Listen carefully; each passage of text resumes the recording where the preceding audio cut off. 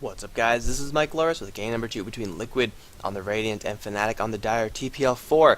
This is going to be from, and it's going to be from the losers bracket of the playoffs. Whoever does, if Liquid win this, then Fnatic go home. If Fnatic win this, then it's going to bring the series to a tie, and then it's going to go into game 3, where it'll determine who goes home and who advances to fight the loser of Alliance and VP.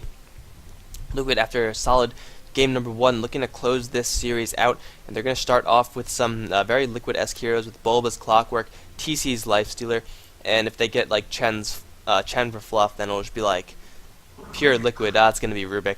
So not exactly what I thought, but going to go for that Rubik, so we'll get a solid support hero right off the bat, and he will have many things to steal. Magnus as well as Bane's ultimate will be very delicious steals for Rubik to look for. Fnatic, though, after seeing Lifestealer being first picked, that is a hero that Liquid banned out, that Fnatic banned out from Liquid in the last game, so they're gonna have to be forced to deal with it now. But they're going to go and deal with it. Bane as well as Magnus, two heroes that are capable of locking down the Lifestealer even through that rage. If they really want to go crazy with it, then they pick up a Beastmaster as well. But I think that might be a little bit overkill. But yeah, those two heroes, although they're being picked up first because of their ability to deal with the Lifestealer, they also are fantastic heroes in their own right outside of that as well. That's why we see them being picked up so often in these games.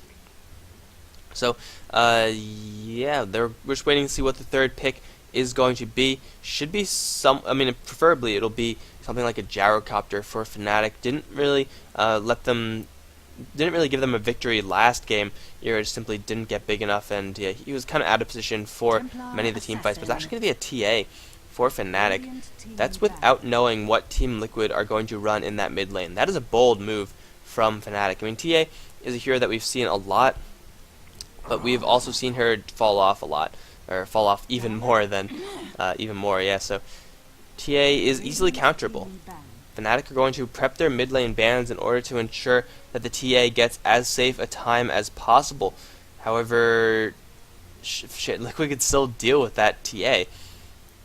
But it's going to mostly just be up to Fnatic, making sure that the bans that they execute versus Team Liquid are going to be the best possible bans for that TA. But Liquid always have the opportunity of running a dual lane, and when that's an option, then that's going to be a really dangerous situation for that Templar Assassin. Either way, it is going to be the pickup, and won't really be the best synergy between herself and Magnus. The Empower will definitely help burst people down, but typically you want someone who could contribute a little bit more to the AoE in the team fights, because either with the Cleave or with the Gyrocopter, with the Luna, as opposed to just pure single target heroes. But Fnatic will have a lot of damage coming from that hero.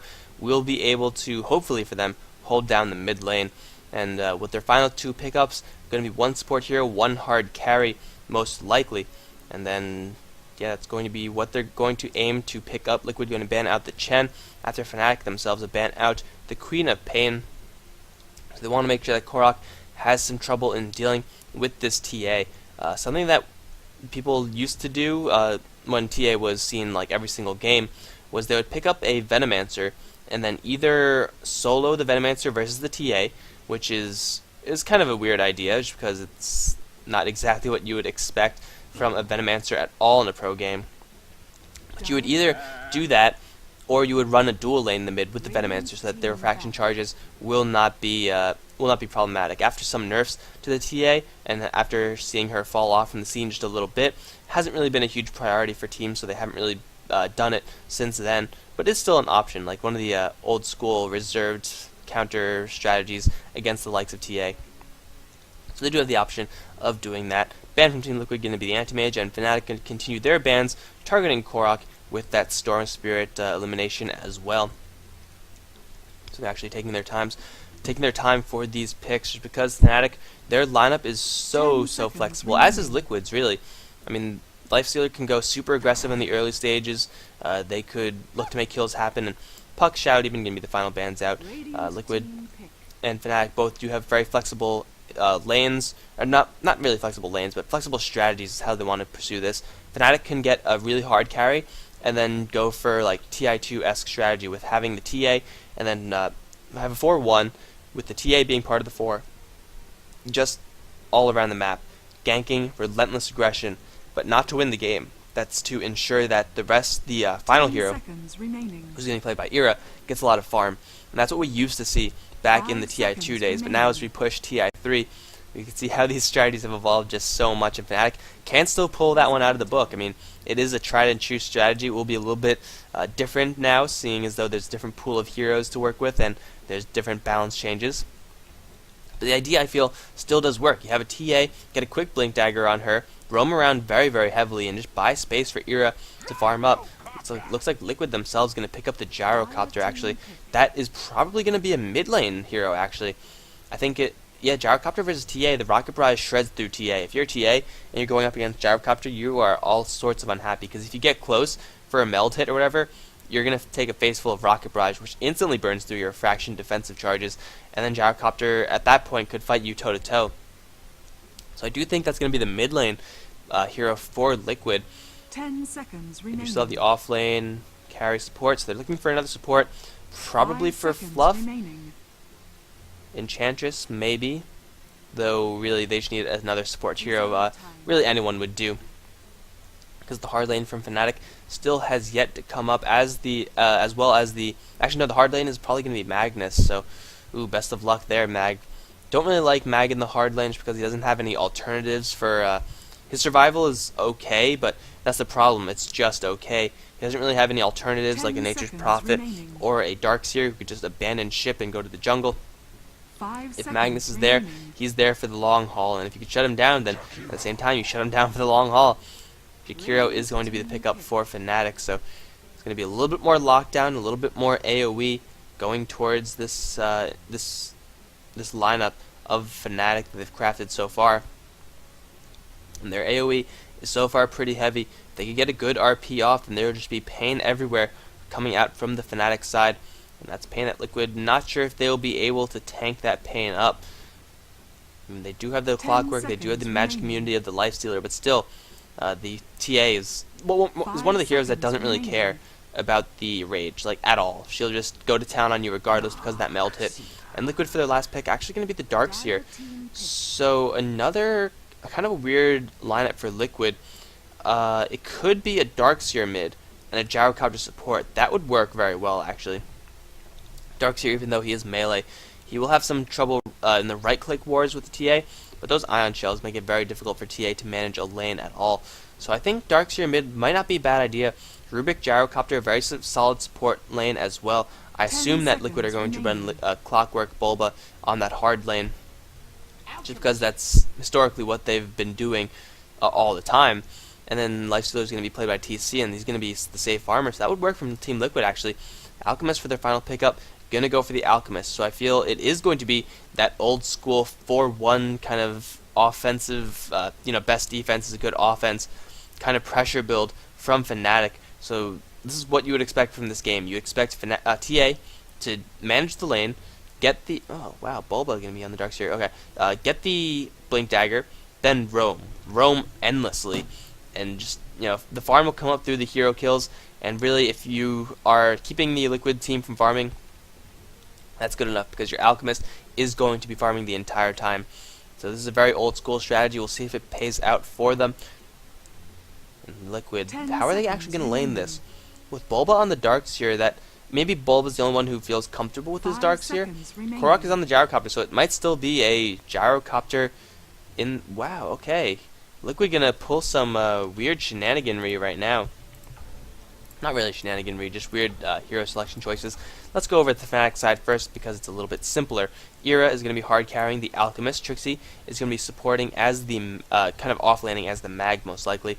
The Empower going to be really, really helpful for Ira in the future of this game. No Tail is going to be on the TA, looking pretty nice with her cool gear. Mythical mask, actually. Fly is going to be flying as the Jakiro, and Not Too Shabby is on the Bane. On the Liquid side, we have Bulba playing the Darkseer, which isn't in itself strange. Korok playing the Gyrocopter, IX Mike on the Rubik. Fluff is going to be playing the Clockwork, and TC is going to be the final hero, which is the Lifestealer. But running a Clockwork on a support player can be very interesting. Clockwork possibly going to look to roam a whole lot. Usually that's not what we see, just because Clockwork is a hero that does excel very, very much so with experience. And if you're roaming unsuccessfully, then clearly you're not going to be getting a lot of experience. Still, it just might be a lane swap. I don't know, I could try to predict this all I want, but in the end, I'm probably not going to get anything right. So, it is going to be all 5 from Fnatic heading up towards the top lane right now. Most of the Liquid side heading down towards the bot lane, where they will have TC just free farming this bottom lane. It looks like no matter what Fnatic want to do, unless they want to do an aggressive tri-lane, which would actually not be too bad, they're instead going to favor Era's farm. So they want this Alchemist to get to the late game. They want him to get stacked up with the Empower from the Mag, with the minus armor assistance from the TA. It looks like Liquid just going to spot out Roshan just to make sure. And then they want the Alchemist to just move into the enemy base. Lifestealer with Rage, no problem. I have an Abyssal Blade and a lot more attack speed than you do, so I'm just going to shred through your HP pool. So now Liquid, their lanes are going to start to form up just a little bit. It looks like it might be a solo lane Korok and an aggressive tri-lane from Liquid. I mean, I would definitely expect TC, Fluff, and Mike to go together. That's what we see. That's what we see the most often. And that's what works from Liquid. To put them in an offensive tri-lane against the likes of Fnatic's tri-lane, that is incredibly risky. Because although they do have the Cogs, which is a very great defensive tool and kind of offensive tool as well, you could zone out the enemies, they'll have to worry about a Nightmare setup into a Alchemist stun. And that in itself is a devastating combo. But when you add the Jakiro right-click damage and the Ice Path on top of that, then you're in for some hurt. So it is going to be an aggressive tri-lane from Liquid. Very interesting. Korok on the bottom lane will be able to do very well against Trixie, just having a range hero versus a melee hero, and especially when that range hero is Gyrocopter. We do see Bulba handling the mid lane versus No-Tail. The Ion Shell is going to make it very, very difficult for No-Tail to get her bottle up, just zoning her out. If she moves up, she takes damage, and that's definitely not what you want to have happen. I think level 1 Ion Shells aren't enough to burn through the defensive refraction charges, but they will still hurt her regardless. So either way, it's damage for the TA. So TC going to be already forced to play a little bit defensively. That might be just because of the double damage rune on the Bane, who has picked up Enfeeble level 1. So Fnatic, they're confident in their ability to hit level 2 with this Bane. In the meantime, TC is going to be forced to last hit with 30 damage only. And good luck. I mean, Lifestealer has some good animation, but it's going to be a little bit difficult for him to do that. That's pretty much like Techie's base damage right there, and no one likes last hitting with Techies. That's just not fun. It's not fun on so many levels. Top lane, Cog's going to catch Not Too Shabby, open wounds as well. You're going to shake the potion. Ice Path going to hold Fluff as well, but the telekinesis still not being used. Not Too Shabby is going to be your first blood. Even with the Enfeeble onto TC doing like peanuts with the damage, he's still going to have enough with the open wounds in order to secure first blood for Liquid in a tri-lane situation that really shouldn't have happened.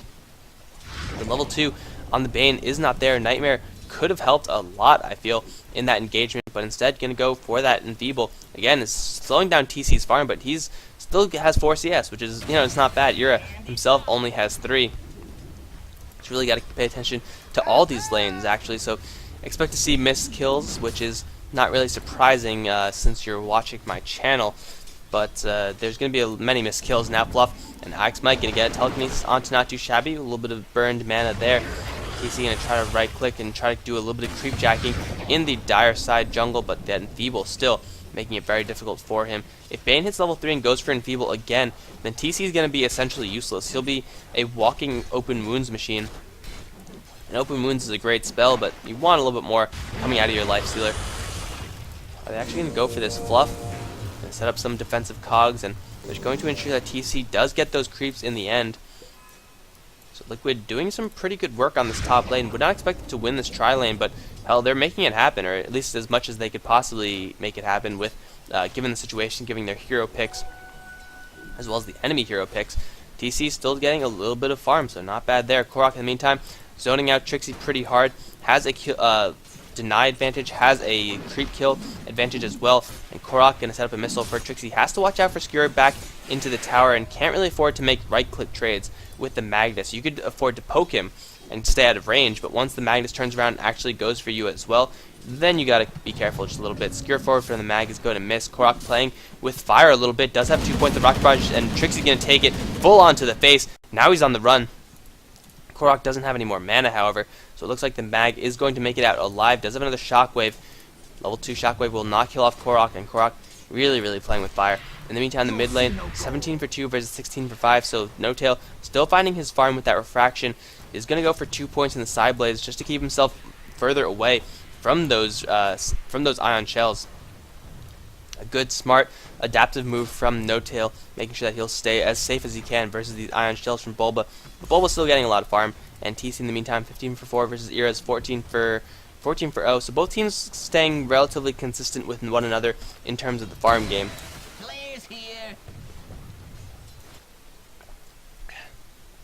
I believe that was a flare shot by Fluff in order to try to block off this camp from spawning, but Fly wasn't even pulling it. So yeah, after that first blood, I think we're going to see a little bit of a lull in this game. Trixie going to get forced out of the lane by Korok.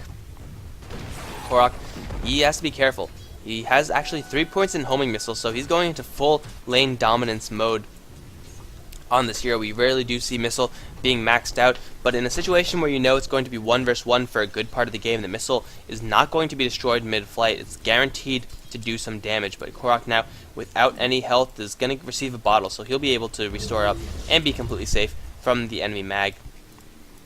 Even using that missile to hold out Trixie just a little bit. I do like this adaptation from Korok as well as from No-Tail in the mid lane. Really playing their lanes in a smart way, not like from a cookie cutter way, but realizing that you need to change your skill build depending on what situation you're running in, and this is probably the best skill build. You could continue to poke at Trixie with Flag Cannon, but I feel like the missile is going to be a little bit easier for that guaranteed damage, especially if you could zone out Trixie this far away. You're going to force him so far away and then take a good chunk of damage, 100 something, from that missile. Korok now has hit his level 6 mark. He's going to continue doing that for pretty much the entire game. Bulba still level 6 versus the level 6 from TA. So now TA can actually look to get aggressive onto the Darkseer, though Surge going to make it very difficult for him to actually make that happen.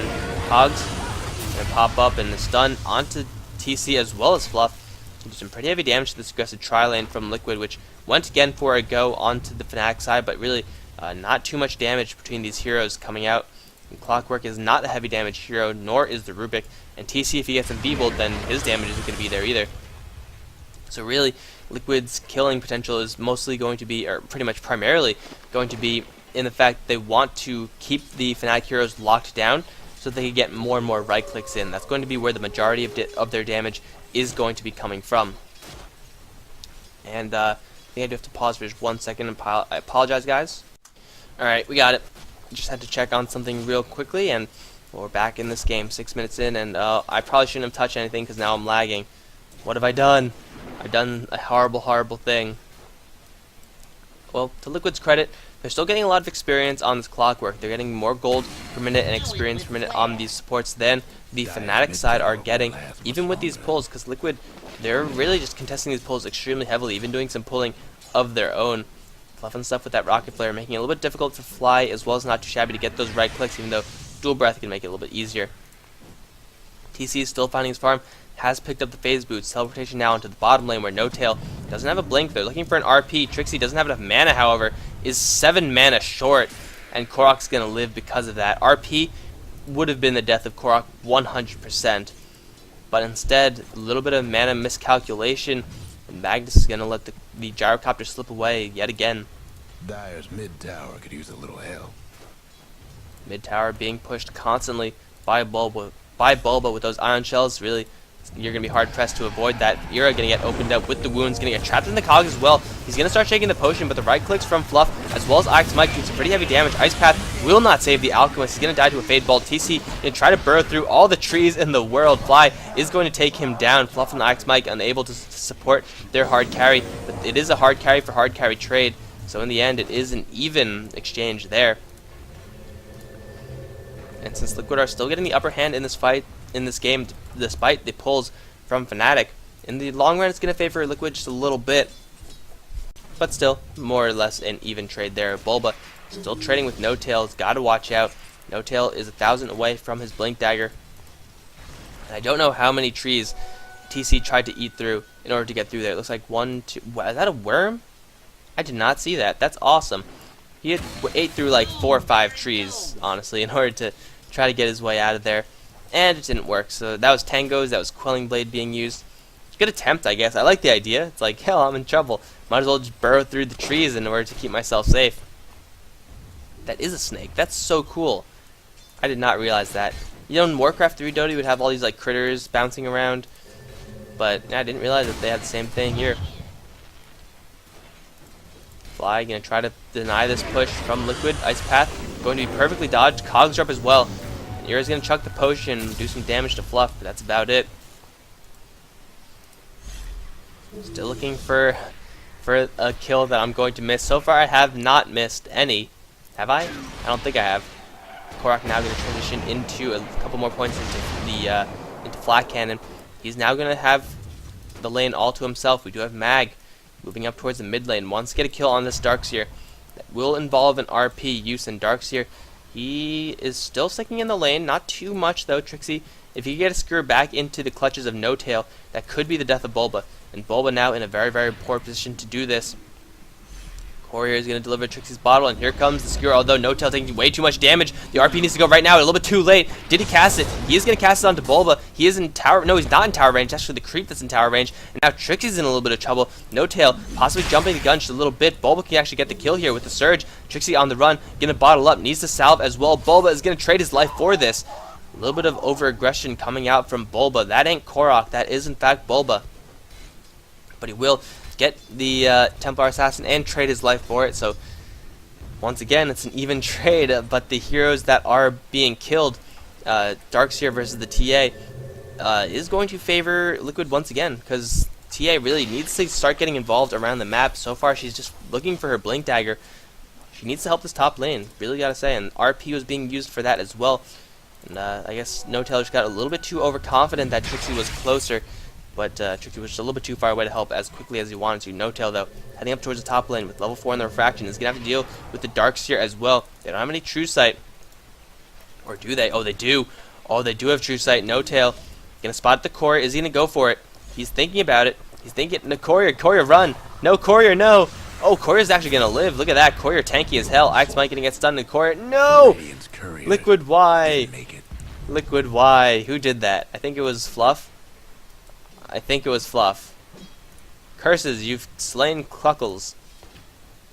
And No Tail using that invisibility rune, but not to get a kill, but getting a Courier just as good, I would say, if not better. Lots of gold for his entire team, not too shabby, getting initiated upon. Is there some cogs? Fluff and stuff getting it hold out by the Ice Path. There's the vacuum in though. RP not available for Team Trixie, though he does have a Skewer. Getting catch 2, drag Fluff out of his cogs. Bulba and him are now on the other side of the tower. Wall gonna get dropped down. Huge zoning tool for Fnatic. They do have an access path out of there though, just going straight north. Flare gonna fly, and Trixie and Fly should be fine. So in the end, just going to be Bane actually buying back into this game. So they got one pick off, but essentially got the value of 2 just because of forcing out that buyback from the Bane. No teleportation scroll being available to him though, so he's going to walk right on back. Really doesn't make too much of a difference. You see Bulba leaving that lane on the top side, but in the meantime, Korok taking down a tower in the bottom lane, but they want blood in this top lane. Dual Breath going to fly. TC already going straight for Fly. He will just barely have missed the kill though. There it is. RP, there it is. Onto 2. Will catch both, and now TC as well as Fluff taking a good amount of damage. Cog's going to pop off. Hold out, everyone teleport out from Fluff. Will it happen? Nightmare, stun from Ira will be enough. TC though will slip away from Fnatic, and Bulba is in the mid lane. He's not doing anything. Okay, so it is Liquid dropping a couple of kills. Trixie with that RP cooling down at the perfect time, securing 1 there, as well as the Rubik also dying in that engagement. But all the while, that is Fnatic fighting as 5-man Dota. There's been Liquid doing 4v5 this entire time. That means Gyrocopter getting that much more free time on this bottom lane. Level 10 on him versus the level 9 on the Mag. Even with that rotation up to get 2 assists, Gyrocopter still accelerating the farm, now going for the Helm of the Dominator. See if he could jungle up a little bit, possibly stack a couple of these camps up. But Korok getting so much free time to farm in this game. He's going to dominate a Wolf, and we'll see what he wants to do with that Wolf, if he wants to pull with it or what. Or just have him chill around for a little bit of extra damage. That will work too. Korok can accelerate his farm by so much. 5-4 is the score right now. Let's see how the gold experience, not surprisingly, in favor of Liquid. And their tri-lane is doing such a great job at shutting down the enemy supports. No Tail does have a Blink Dagger, but Liquid with the aggression, finding kills, most importantly finding kills in which TC is being involved in. So he's going to go for as quick an armlet as he possibly can, whereas Ira has power treads and 1400, but that's about it. You need a little bit more on this Alchemist if you want to match the power that's coming out from the Lifestealer. And with his build right now, it's not really looking like he's going to be a viable hard carry for Fnatic. You know, ideally, you want this Alchemist to get uncontested farm. But Liquid putting these heroes up in this top lane with the sole intention of denying Era farm has worked out so far. Forcing out 4 points and then Stable Concoction instead of the Grievel's Greed means that the Alchemist is going to have less net worth overall. Bulba going to get initiated upon, possibly with the Fiend's Grip, but no, not too shabby, a little bit too far away. But so far the tri-lane from Liquid has worked very well. Now Era going to get jumped upon once again. Going to pop the Chemical Rage, just being stolen by Fluff. He's going to try to get his way out of there. TC going to dodge the Ice Pack with the Rage. Here comes Not Too Shabby looking for a Fiend's Grip. Going to land it onto TC. This could be the death of the Lifestealer, as it will be. Courier, no, you better not die again. That would break my heart. Fluff and stuff going to pop some Cogs. Going to get Nightmared for his trouble, however. Dual Breath going to break that Nightmare, and that's about it. That's going to happen on this top lane. Once again, it is a carry for a carry trade. So another even trade being taking place right here. But in the meantime, they still do have to worry about Bulba, who's been farming up this bottom lane, whereas the support coming up from Fnatic involved more people. Liquid are just getting more mileage out of their heroes at this point. They're getting picks off, and even though they're dying in the process, they're getting kills with fewer heroes and forcing the other team to kill them with more heroes. So no matter how you look at it, Liquid are getting better trades, forcing out TP scrolls and forcing out rotation where the enemy team is not going to be farming. That's going to put them slowly and very, very narrowly in the lead this game. I mean, the lead that they have isn't substantial by any means. This is a Fnatic we're talking about, so they're more than capable of coming back, roaring back into this game, and making sure that Era gets his farm, and he's going to go for a Shadow Blade, so make use of his 4 points and Unstable Concoction. Missile as well as Call Down, gonna miss completely. Era gonna shake the potion for Korok. Looks like no aggression there, but top lane tower is being pushed down by Liquid, and this is going to be the end of that tower. Radiant lost one of them bottom towers. But in exchange for one, so it's 1-for-1 trade there. No tail with the Blink Dagger, as well as the refraction damage, keeping himself safe, but at the same time pushing down the tower. Teleportation coming in. It's going to be Fly. Now we do have Liquid moving in with this big smoke gank. There we go. Hookshot is armed, and with the Lifestealer inside, TA is going to find the perfect time to disconnect. Alright, so let's see how this fight is going to go down, because Liquid want blood. Liquid want blood? Ugh, me Liquid, me want blood. Liquid wants blood on this mid lane. And Fnatic, they only have 3. TA does have a teleportation scroll, as does Trixie, although they have to heal up first. So this is going to be a 3v5, and this is not a 3v5 that you want to take. Already, Fiend's Grip actually being channeled onto Korok. So if Fnatic pull back right now, then they could get out. But with that Fiend's Grip already on Korok, that's going to be a huge tell. Just being like, hey, we got a Fiend's Grip onto their hard carry. Go, go, go. Kill this guy right now. And that's exactly what Liquid wants, because even though Korok might die, that's going to be, at the minimum, 3 heroes down from Fnatic. The hookshot in with TC bursting out of there will mean that Fly, as well as Not Too Shabby, take a sizable chunk of damage alone from that, not to mention the Ion Shells, not to mention Ix Mike coming around as well. So Fnatic, if they go for Korok, they will die. If they fall back right now and cancel it off, they might be able to survive. But there's no way for them to know that this is coming because of the smoke from Liquid, this ward from Fnatic, not helping out in that at all. So I do think this is going to end up in a 3-man wipe as soon as we could actually get through this. Doop-a-doop-a-doo.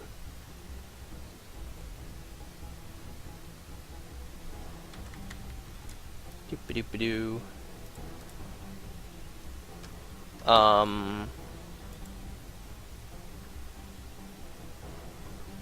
Is it broken? Did I break Dota again? We can look at the gold chart. We can look at some items actually. Armlet still being built up from TC, not surprising there. Nothing from Korok, that's new. Mech up on the Darkseer, not bad. And nothing else on anyone else's, so that's... I mean, we already know all this. This is stuff that we already know.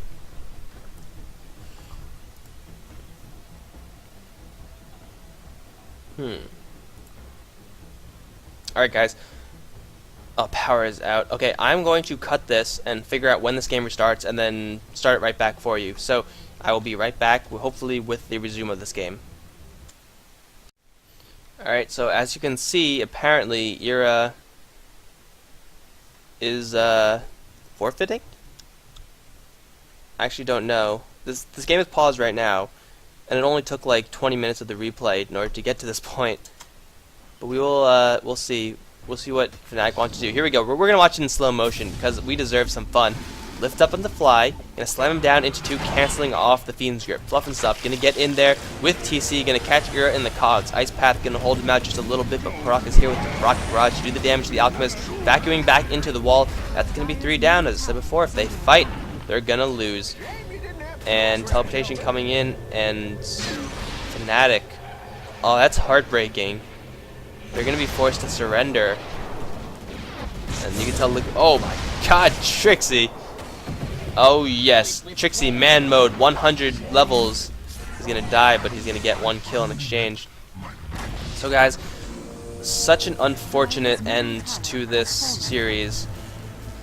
Liquid are definitely ahead, but Fnatic definitely had a fighting chance, and losing due to power failure, that's just rough. Good luck versus Alliance. What the frick are you talking about? Fnatic are out. Maybe they're talking about a different tournament. Anyway, guys, what a disappointing end to this game, but hell, that does mean that Fnatic are going to go home, unless Alliance actually means something else, like they're actually going to fight up against Alliance, which is in the winners bracket. That doesn't make any sense to me, but Liquid are going to move on to face the loser, of VP versus Alliance. I'm not going to ask for your subscriptions, likes, or comments on this one, because this is kind of a little bit of a disappointing game. But either way, this is going to close out the first loser bracket game from TPL4. Going to be moving on to, I believe, the winner bracket game now, and then the second loser bracket game. So that's going to be the order of events. Hope you guys enjoyed it. Stay tuned for more games coming up.